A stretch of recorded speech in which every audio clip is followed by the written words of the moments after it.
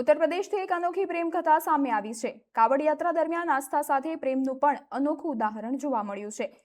બુલંદ શહેરના એક કપલે હરિદ્વારથી 111 લીટર ગંગાજળ લઈને કાવડ યાત્રા પૂર્ણ કરી। કપલે જણાવ્યું કે તેમને 28મી તારીખની રાત્રે ગંગાજળ ઉપાડ્યું હતું।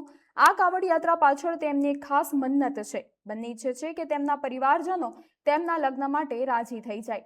પ્રેમીઓનું કહેવું છે કે તેમણે પોતાની ઈચ્છા અને ભવિષ્ય બધું જ ભોલેનાથના ચરણોમાં સમર્પિત કરી દીધું છે।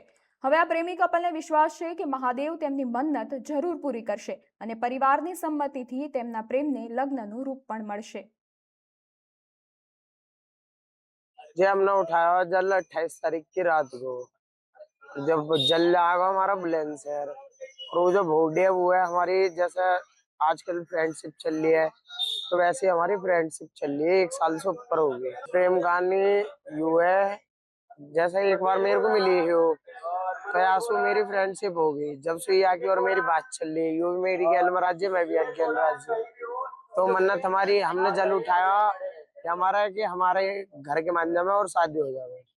जी दिमाग तो खैर कहीं सुना, हमने सब ऊपर वाले के हाथ में छोड़ दिया। अभी तो ना घर के न पता ना बाहर की न पता, इतना भैया भैया ने सब पता।